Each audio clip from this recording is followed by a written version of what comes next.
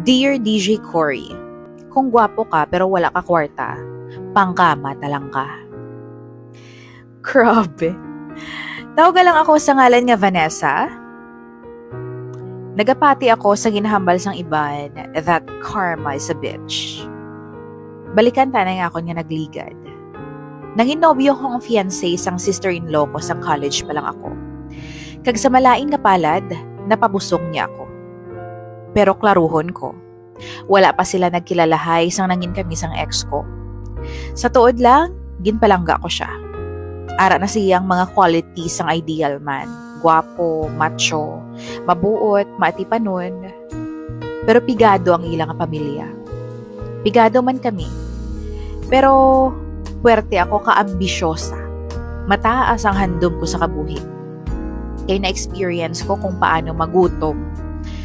Kung paano kami daog-daugon sa mga paryente namon nga mas nakakaangat sa amon. Gani ang sa pinsar ko makipagrelasyon lang. Wala sa pinsar ko ang magpabusog, magkaanak, kay mangin sa vlog ini sa ambisyon ko. Gani ang motto ko sang una, kung gwapo ka pero wala ka kwarta, pangkama talang ka. Sang nabalaan sang ex ko, nga itago ta sa ngalan nga Jarwin, nga nagabusong ako, ginhagad ako nga magpakasal. Siyempre, wala ko makasabat dayon. Napinsaran ko nga kung pakaslan ko siya, paano na lang ang ambisyon ko? Paano na lang ang handom ko nga makaangkon sa manami nga balay, sa lakyan, makabakasyon abroad, kag makabakal sa mga branded na bayo, accessories, bags. So, amo na. Amo ko sinaka-materialistic. Amo ko na kaambisyosa. Na-realize ko nga kung sabton ko siya sang hoo, mangin katapusan na inisang kabuhi nga ginahandom ko. Bisan pigado lang si Jarwin, handa siya nga pakaslan ako. Kag, naga-expected siya nga mapakasal man ako sa iya. Permi niya man ako ginakulit nga mapacheck up, upod sang baby namon. Hindi lang na. Ginakumbinsi niya man ako nga pabaloon ang mga ginikanan namon nga nagabusong ko. Handa siya kuno nga magatubang sa akon nga mga ginikanan kag panindugan ang iyang responsibilidad bilang amay sang akon nga ginadala. Tungod permi ako nagabalibad, hindi malikawan nga maglain ang buot niya, magsunggod. Pero first time ko nga makita siya nga nangakig sang grabe. Sang makita niya ako nga nagainom sang Red Horse. Nag-inano ka mo man? Nag-inano ka? Kabalo ka man nga nagabusong ka, di bala? Hindi ka pwede mag-inom sa alkohol. Gusto mo may malain nga matabo sa bata ta? Hambal niya sa akon sa mataas ng boses. Dalaman siguro sang kahulugbon ko, nagtagring ang dulunggan ko kagin singgitan ko siya. Sino ka para magambal sa akon? Sang pwede ka, hindi ko pwede moon. Lawas ko ni. Kag wala ka right para punggan ko. Problema ay lawas mo kung paano ka makakwarta. Bisan pang tuition mo gani, budlayan ka magbayad. Kisa agalakat ka lang, wala kay nuglit eh. O, paano mo kami buhiyon sang bata mo? Paano mo matag ang mga kinanglan namon? Ang balabe? Sa kaakig ko, napatupad ko pa siya. Ginaako ko nga nangin abusado ako sa kaugalingon ko. Pero may ako nagainom, bisan gabusong ako. Wala man ako nagakaon sang maayo, kag sa insyakto nga oras. Akig ako sa kalibutan, kag akig ako sa iya. Hindi ko man malikawan nga mga akig sa inosente nga bata nga ginadala ko sa tiyan ko. Sa pamatsyag ko, ginabutong nila ko pa idalo. Kag ginguba nilang handom ko. Pamatsyagan ko daw amutong sang amutong nga tiyempo daw na down ako. Kag wala na ako pag-asa para makatibawa sa kapigaduhon. Isa kagabi, nadakpan niya na naman ako nga nagainom. Kag dito na siya napuno sa akon. Ginhambalan niya ko nga kung hindi ko na ako maguntat sa pag-inom kag mag-upod sa iya sa doktor. Kadtuan niya ang mga ginikanan ko kag isugid ang tanan. Hambal niya kung hindi ako maguntat sa pag-inom kag hindi ako mag-upod sa iya sa doktor. Kadtuan niya ang mga ginikanan ko kag isugid niyang tanan. Sa kadlo ko, dali-dali ako nga naglakad. pero ginsundan niya ko. Sang naabtan niya ko, ginauyatan niya ako sa braso. Pero, nanginpadlos ako, kag nagdalagan. Nagbalikid pa ako, kag nakita ko siya nga nagatindog lang. Kag wala na niya ako ginsundan. Hinali lang nga natipalo ako sa bato kag natumpa. Nabatian ko pa, nga may nagasinggit, bago ako nadulaan sa animo. Pagbugtaw ko, aran ako sa ospital, kag natingala ako sa nakita ko ang ex ko. Kag ang nanay ko, ang tatay ko, nga nagahindi. Sa pinsar ko, muhi man ko nga gaybi sila man. Dahil gin-explain nila sa akon nga wala na ko ng bata sa tiyan ko. Nahulugan ako. Ambot pero daw ginsudlan ako sang panulay. Wala ako may ginabatsyag ng kasubo. Doon nalipay pagani ko, kay sa wakas, wala na sang sablag sa ambisyon ko, nga makapamana sang may kwarta. Wala ako kalibutan sa nangin reaksyon ko, pagkabati ko sang balita. Nagangisi, nagali ako. Kag sila mismo nakibot sa ginpakita ko. Ang luha kagasubo sa ilaguyan na buslan sang pagkakipot sa makita nila ako nga nagangisi, nga daw demonita. Nadula sa kaugalingon ko, or nadula sa kaugalingon ang nubyo ko tungod sa kaakig. Nag-hysterical siya, kagin akusahan ako nga ginhungod ko nga patsyon ng bata na ginhambalan niya ako nga wala tagipusoon, manugpatay. Tungod sa iskandalo, ginpahalin siya sang nurse. Sang nurse, kag gwardya. Amo man na to ang pinakaulihing nga tion nga nakita ko siya. Umpisa sad to nakipag-date na ako sa mga lalaki nga manggaranon, bisan hindi ko type. Sa pinsar ko, tapos nako sa mga gwapo nga lalaki nga wala man kwarta. Mayo lang sila ikama pero wala man potoro.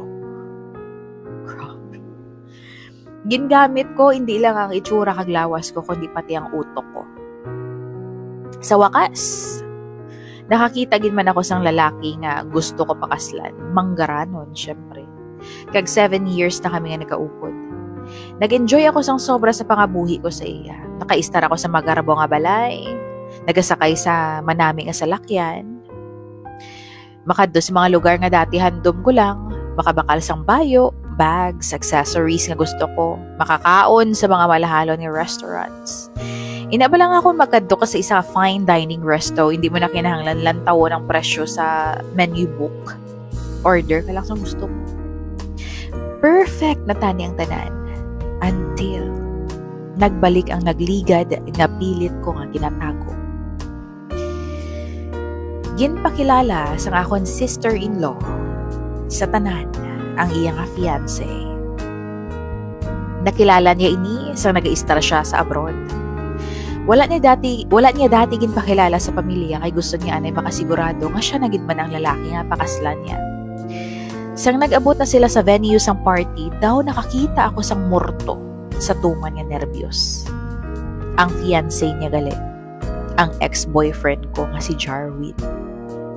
Sang makita niya ko, nakibot man siya. Pero wala siya nagpahalata nga kilala niya ko. Sang ginpakilala siya sang sister-in-law ko sa akon, nag-arte siya nga daw first time niya lang ako nga makita. Pleased to meet you, Vanessa. Hambal niya sa akon nga nagayuhok. Kadako sang ginbago niya. Nagwapo pagit siya, nagputi, nagkinis, kag sa pamayo kag panghulag niya, halata nga sinsado na siya. Isa lang kami ka long table, pero daw wala ako sang may maintindihan sa ginaistorya sang pamilya. Hindi ako makapati nga makita ko pa siya. Kagamutong nangin sitwasyon. All the time, wala ako sa kaugalingon ko. Ginanervyos, hindi mapakali. Ang nabalaan ko lang, nag-abroad si Jarwin, nag-asenso, kag dito niya nakilala ang ako na sister-in-law, ang manghod sang bana ko. Nag-flashback sa pinsar ko ang mga natabo sa amon nga duha. Pati ang mga sikreto nga ginlubong ko sa akon huna-huna, kag gintago sa akon bana. Sa pagkabalo sang bana ko, isa ako ka mabuot kag mahinhin nga babayi nga hindi makapatay sang lamok, bisan sang lamok. Nagsulod sa pinsar ko nga basi balusan ako sang ex ko tungod sa masakit nga Handumanan nga ginbilin ko sa iya. Gadam gulang bala ako. Hindi pwede ini. Kung diin man namin ang dalagan sa pangabuhi ko, amo man ang pagtuhaw sang ex ko para gamuhon ini. Hambal ko sa kaugalingon ko. Nahadlok ako nga basi mabalaan sa bana ko ang past namon nga duha. Kagbulagan niya ko, labi na gin nga wala kami sang bata. Tungod, ginahungod ko nga hindi magbusong.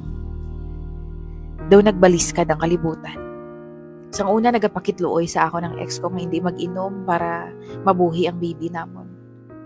Sa mo to nga sitwasyon, daw ako ang mapakitluoy sa iya nga kung pwede. Hipsan niya lang ang tanan nga natabo sa amon.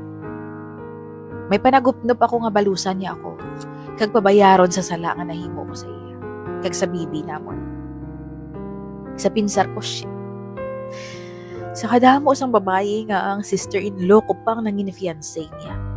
Hindi pwede. Kinahanglan magbulagay sila nga duha. Pwede maguba ang pangabuhi ko kung sulsulan niya ang bana ko. Kinahanglan, maunahan ko siya kung ano man ang ginaplano niya. Sang adlaw nga ato mismo, nagkitaay kami. Nagkitaay ang pamilya sang bana ko, kag ang pamilya sang ex ko. Sa isa ka Japanese restaurant ginhiwat ang engagement party. Sa pagkabalo ko, ang ex ko mismo ang nag-set sang party nga to, pati ang pagpili sang venue. Siyempre, may gin-serve man nga ilin nun. Kag sa paglakas ng oras, naobserbahan ko nga ang ex ko nga medyo, naobserbahan ko ang ex ko nga medyo damo nang nainom niya. Dayo na siplatan ko siya nga gina-istorya ang isa ka waiter. Pagkatapos ang pila ka minuto na tingala ako sa nagpalapit sa ako ng waiter, kagin serbihan ako. Ginpa-serve ko na sang ex ko. Pagkaon ko, may upod na tunok. Nagbalikid ako sa ex ko kag nakita ko siya nga nagayuhom sa akin. Yuhom nga dopang yaguta. Kag handa makipagyera. Base sa iya panulok daw, mabuyag-yagin ang sekreto ko sang gabingat. Kagang tunok sa ginkaon ko, amo atong simbolo sang sekreto nga ginatago. Dugay-dugay, Nagkuha siya sang shot glass. Ginbayaw niya ini kag nagpropose ang toast. Nagdasig bagid ang kuba-kuba sa dughan ko. Halos malumos na ako. Nag-umpisa siya sa paghambal. Thank you everyone for attending this dinner to celebrate our engagement. Espesyal ang okasyon ngayon para sa akon tungod natagaan ako sang tsansa para isaysay sa inyo ang isa ka bangungon nga natabo sa kabuhi ko. Obvious sa itsura kag tingog niya nga lango na siya. Halos tanan sa private room nga ato nagatulok sa iya kag nagahula. Sang madason nga ihambal niya.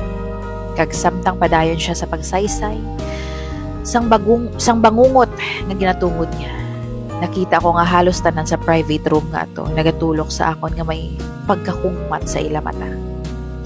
Nagbalik sa una-una ko ang panulok sa akon sang ex ko. Kaya ginikanan ko, sang nagbarangisi ako. Tungod, nahulugan ako.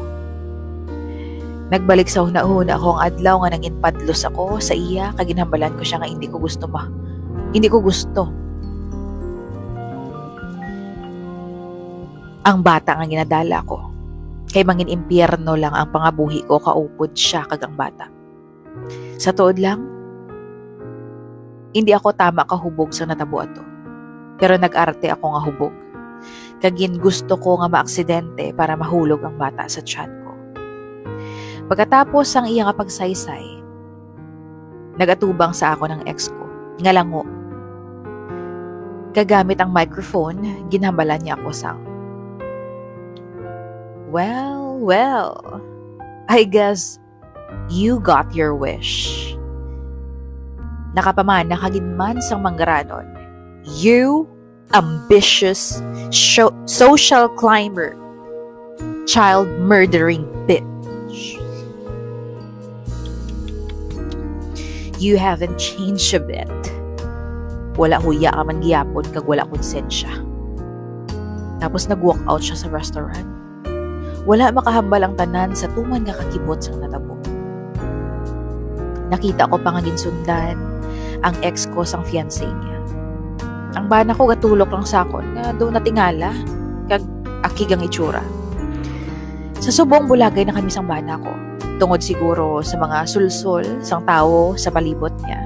Kag siguro na-realize niya nga hindi ko priority ang magkaanak, ang magkapamilya.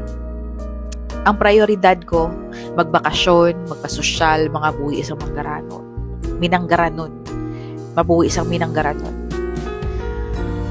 Nangin madali para sa iyang bulagan ako kay wala kami sang anak. Basta, sa paglakad ng panahon, naglasay na siya sa akon as na nakakita siya sang iban. Nabalitaan ko man nga tungod sa natabo, jutayan na nga wala padayon ang kasal sang ex ko kag sang fiancé niya. Ang kabuhi ko subong, dogin baliskan nga bayan. Nadula ang tanan sa akon. Nag-i-star na lang ako sa akon na friend, kay nahuya ako magbalik sa gininganan ko. Nag-abot gid man ang adlaw sang paghukom para sa akon. Tungod sa mga sala nga nahimo ko. Na-realize ko nga wala gid man ako konsensya nga klase sang tao. Wala ako nakapangayo patawad sa baby ko, sa ex ko, kag sa Diyos.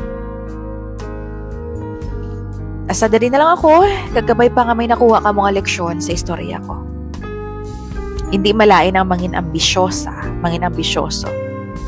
Basta, wala ka lang sang may ginatapakan na tao. Love, Vanessa.